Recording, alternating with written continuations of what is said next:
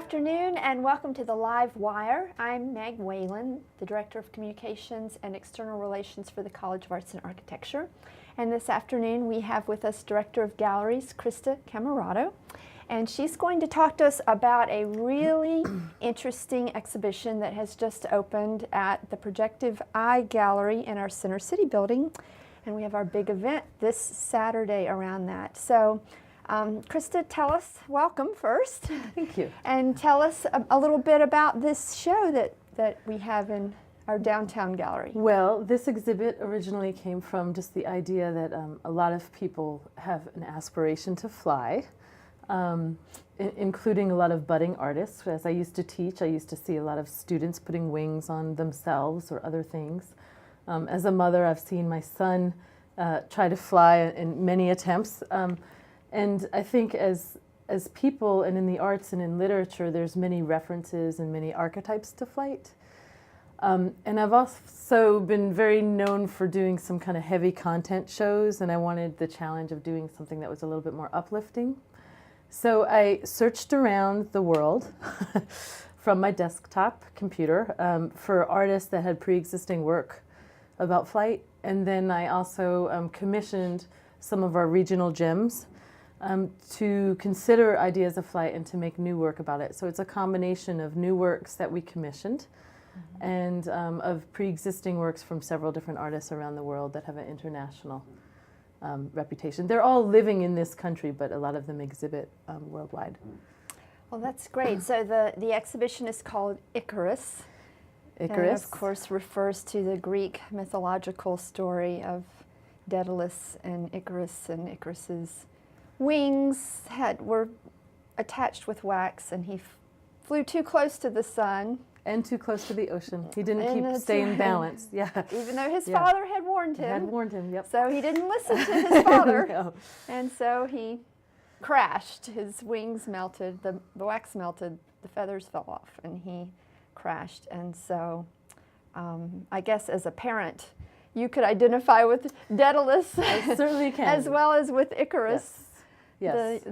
The son who likes to fly. Yes, my son is like Baryshnikov on the trampoline, and as I supported his ambition towards flight, he broke his leg. So that was kind of a big reminder of, you know, even though we have this aspiration to fly, we can't really fly. So it's kind of this weird tether-like in-between that I guess we have to deal with.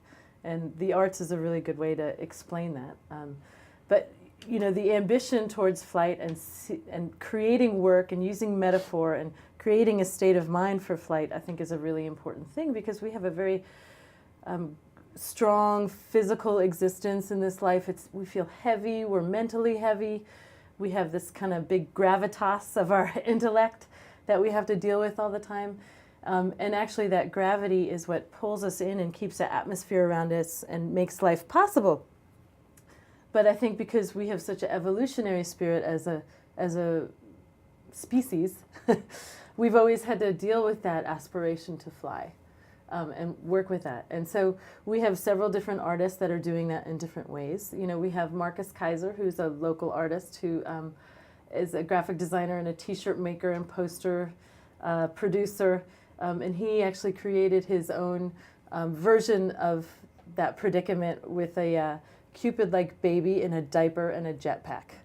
You know, that's kind of punching through the air. And then the opposite version to that, which is this kind of resigned figure with balloons staring at the ground. So we have a t-shirt to that effect. We have Damien Hirst's Butterfly series. On loan from the New Gallery of Modern Art, who is a great co-conspirator for this. And his work, and that particular work, is a lot about the kind of capturing of something that can fly. I mean, by having a butterfly stationary, right, it's not flying. Yeah. But it certainly deals with our desire towards flight and our fetish towards that. And we have Paul Valinsky, who's a New York artist who's also a pilot and has a good understanding of mechanics. And aspirations, and he's very good at using these kind of worn objects that show life, but within that life there's this wearing down of this aspiration. Also, he's got some flight boots that we have hanging really high up with giant springs on them, called wishful thinking. They kind of have this omniscient perspective over the whole gallery, and they're up really high with Marcus Kaiser's Cupid. We have a dreamer bed where he has an 18-foot wingspan on a bed, and it implies the use of dreaming in that other part of our unconscious and our psyche that is more able to freely go into flight. And we also have Spinner, a helmet, a flight helmet that has these mechanical objects on it that imply, and a propeller. So it's that kind of Da Vinci-esque Wright brothers mechanical pursuit of flight. We also have reference to the Wright brothers and a very small monitor in there, some of their first flight, because we're very proud of being a first flight state and the fact that that could happen around here. We have Dorn Pentis, who's our one of our favorite local indie filmmakers, made a very short film about the aspirations set forth in the skyscrapers of downtown and kind of a burning Tower of Babel approach towards that.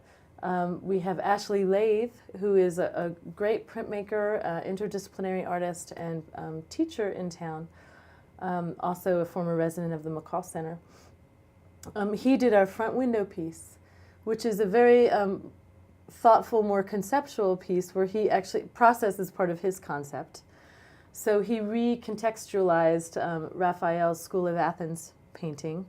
He, in a sense, it looks like it's digitized with how he broke it down into these big paint daub pixels that are actually wax. So Aristotle and Plato are slowly melting in the front window, although he has to help them every once in a while.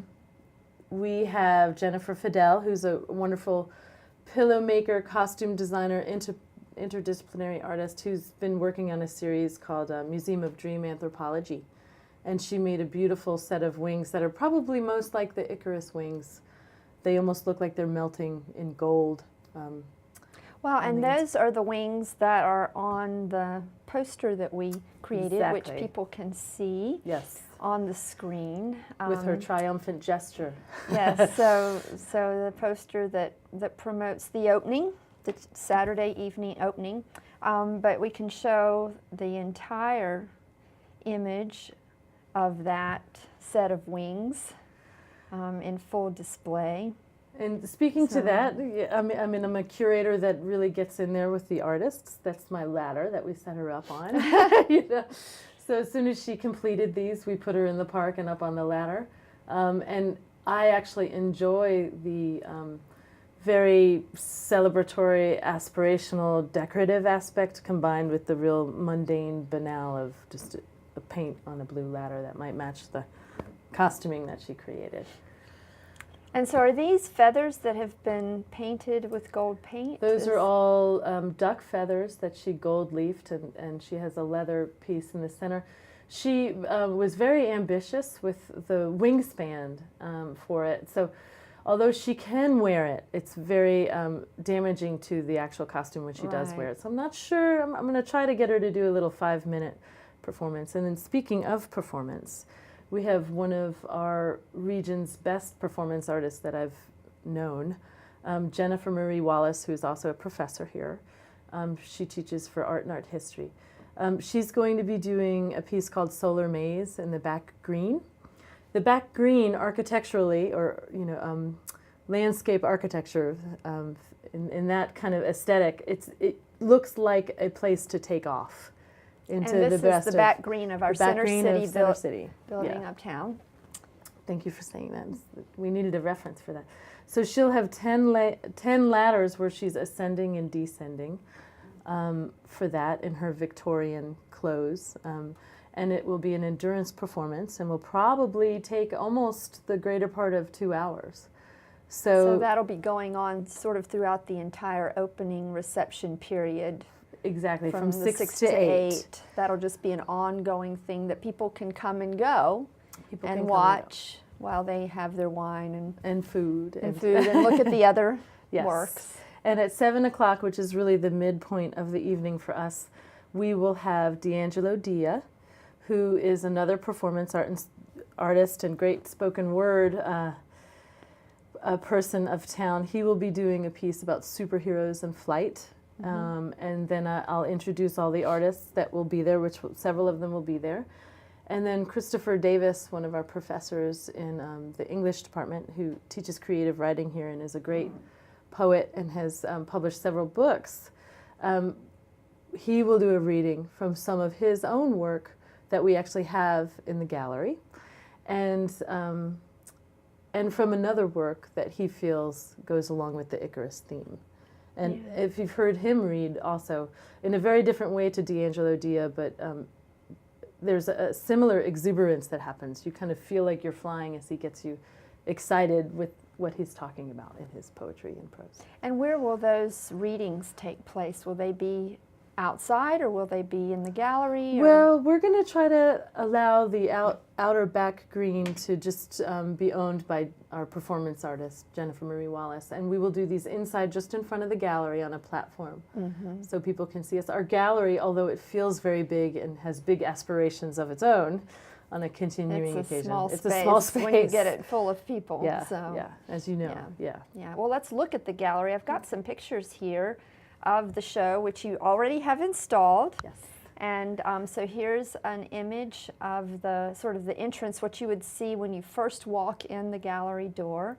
Yes. Tell us a little bit about what we're looking at. Well, the first piece that you see there to the left, that is another person who used to be on staff here who just recently left. He's Ryan Bison's. And he's a great kinetic artist that does a lot of digital fabrications. That is his piece, Resistance. And it actually moves. When you walk in, it responds to you, and it starts flying. And we're very happy about that. And that piece actually was created with a grant from the North Carolina Arts Council. Ryan received an regional artist grant, and I understand that the North Carolina Arts Council also helped to fund this exhibition. They did, and we are very proud of that. They are not an easy grant to get, and they usually like to have work that really expands in several different ways and challenges the audience a little bit. So they were happy that we had one of their fellows in there, one of their most recent ones, and we were certainly happy that they wanted to help us do this show. They really helped greatly in the commissioning of the new works for the piece. For the overall exhibit. So what do we have? I see Jennifer Fidel's costume on the right, and what are these on the wall? Those wall? Those are the dynamic duo of Nicholas Kahn and Richard Selesnik. They are an incredible force that has been collaborating on making the staged photograph for 25 plus years, so they're really good at it. They have had, in several different bodies of their work, because they're very prolific, they have had many different explorations of flight within those. They actually research history a lot, they do their own writing, they make their own objects, they find their own landscape, and it's a marriage of all those things together that create this kind of wonderful synergy that becomes their work. The first work that you see there on this wall is all from their Mars, Adrift on the Hourglass of the Sea, where they actually use real footage from Mars, from NASA, in there, and a little bit of footage from Idaho. So they're very believable confabulations that they create, very ritualistic, very timely in their reasons for doing certain things in the staged photograph and why they're speaking about the environment or rehabitating a new planet, something of that sort. Yeah. And they're British. And they're British. They were both spent lots of different time in British, and both New Yorkers. And they met each other at WASU in school and had to share a scholarship, and they've been sharing everything creatively ever since then. We actually had the honor of having Nicholas Kahn, one part of that duo, here on Monday night, and we filled the lecture auditorium. He spoke about their work and actually did a little workshop for our students too, which kind of demystified the process. Here you can see again those Mars images in the background, and then a little sculpture. A little sculpture by our wonderful Aggie Zed, who makes these kind of almost delightfully futile attempts towards flight. She's in some ways a combination of a sculptor, jewelry maker, ceramic artist. They're almost like a three-dimensional functioning collage, somewhat functioning. They're very delicate, and I think it's their delicateness and their heaviness together that really speak very well in the show. We have 6 pieces from her. Well, that's great. We've got some other images, too, of those. Here's a really complicated one you can see on the right. That's just an incredible piece. And you can see from his wonderful shoes there, he's very weighted down, you know. It's almost like he's trying to move. And the expression on the face is, when will I be able to be able to move, you know, and even with these almost rotational orbits of wire around him, or almost like these thoughts and aspirations, but he's not moving. And then coupled with, that's the larger wingspan image of Paul Valinsky. Who is the pilot in New York. Represented by Morgan Lehman Gallery. They have a show going on actually right now of his work, a solo show, in conjunction with our show at the same time in tandem. But I loved this piece. It's an older piece of his, but it really implies the headspace that you could get into to fly. Well, and the idea of also flying while you're sleeping. I know a lot of people, I don't have that experience, but I do know people who fly in their dreams. And they really do experience that in their dreams, that sense of being able to fly. And so that's what this reminded me of. It's exactly about that, I think. Yeah. So here we see another little sculpture in the front by Aggie Zed, and some more Kahn and Selznick images, and I can show at least one of those close up in a minute on the wall. What's the far image? Okay, there's 2 things in the distance there. There's a very ephemeral vinyl poem by Christopher Davis, Phaedon, from his poem, part 2 of that. It's, you know, in researching his work, it was the piece that I thought went so well with these aspirations. And so I hope that viewers go in there and spend some time with that poem. And then they can turn their head and see a larger Damien Hirst piece where he's actually arranged these butterflies and their wings in this setting and actually photographed them. There are real life butterfly or dead butterfly pieces with the wings in them. This is not that. Okay. This is a print from that.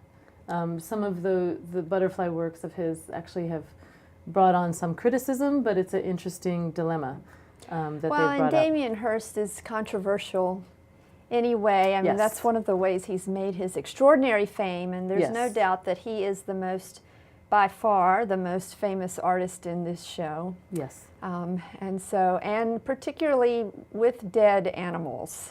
Well, I think that's where he has had the most controversy. Talk a little bit about that. Well, I think one of his first pieces was a mother cow and a baby cow, and they were dissected.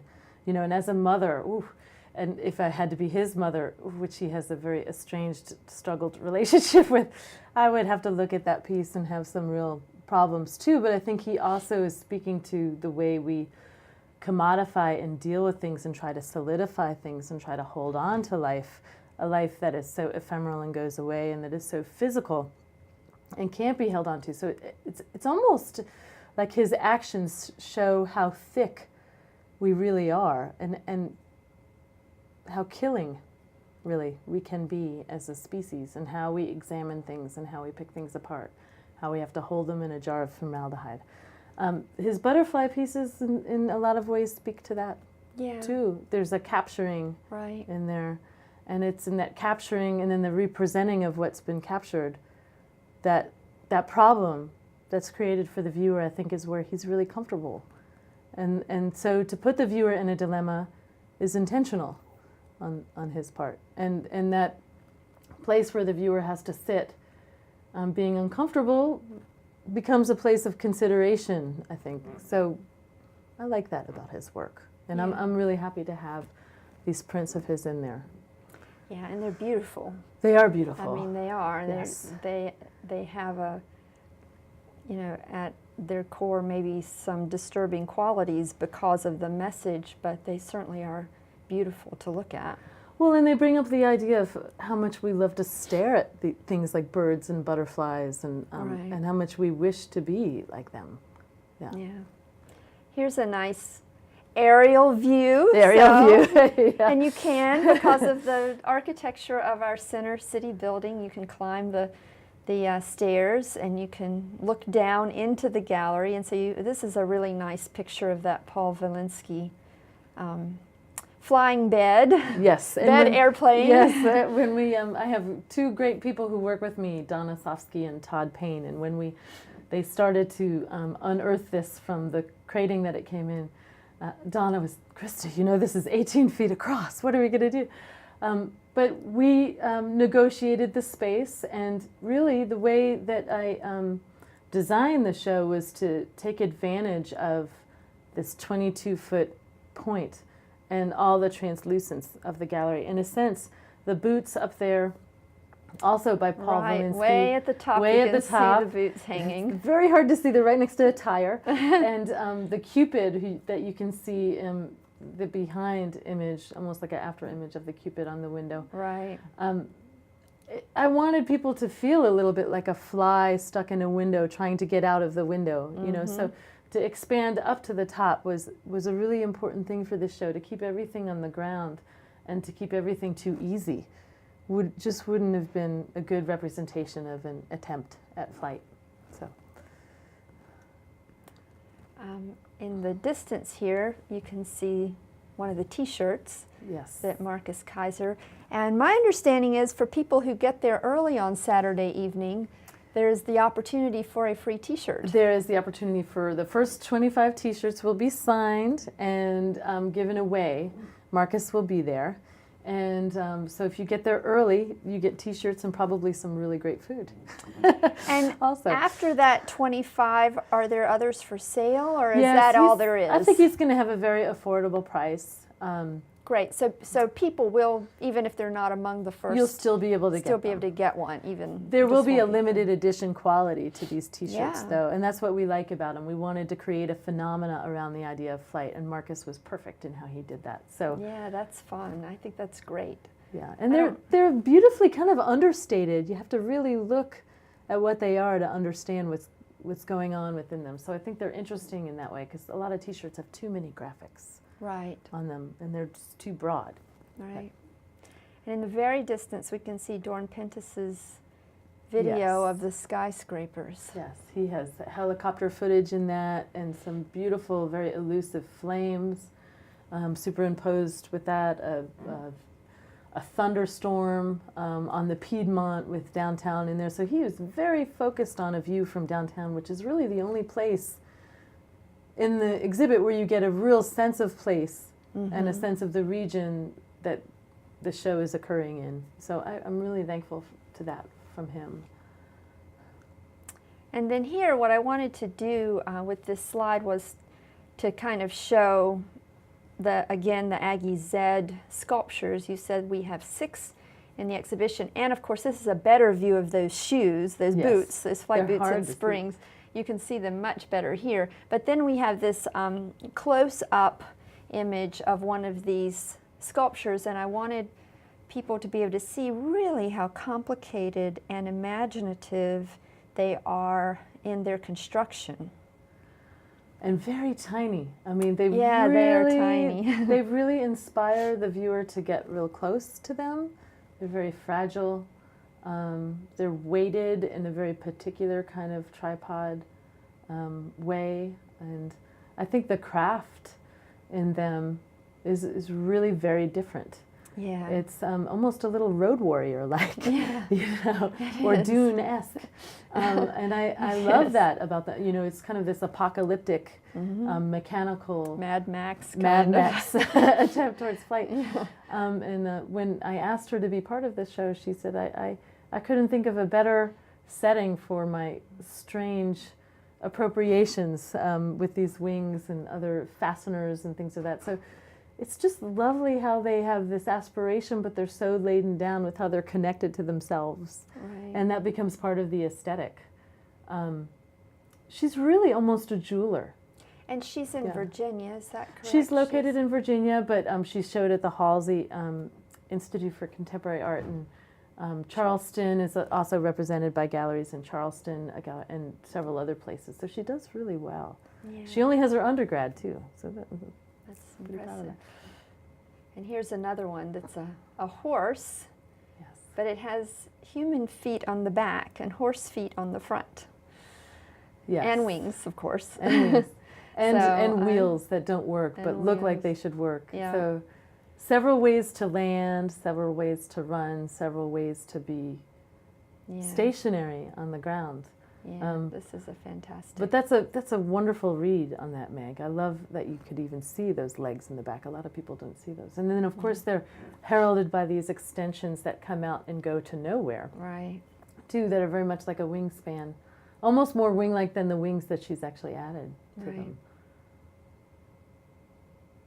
And this is just a closer version. You can see Ryan Bison's kinetic piece that's motion sensitive, so when you walk by, those wings start flapping. And I actually know, since Ryan was here in our college for many years, and I know a little bit about his work, he really spent a long time studying real bird wings to learn exactly what the motion is of wings when birds fly, because it's not just, flapping like we would flap our arms up and down. Yeah. It's a very complicated kind of physics, and he studied that and really tried to reflect that in these mechanical wings. So and I think he succeeded greatly in that. I mean, and I think that's also why he called it resistance, because it's about pushing wind, down. Yeah.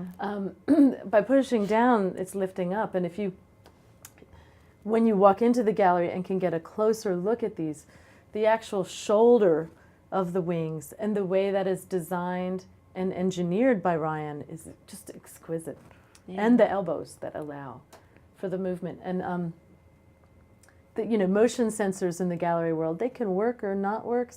This piece works really well. That's great. He engineered this just wonderfully, and all of the components have a specific use in and function engineering wise, but are chosen really well aesthetically too. Yeah. So it's very similar to Ashley Lathe's piece in the front. There's a similarity in the engineering and the aesthetics. That's part of the concept, I think, for his work. So you've laid that out very nicely.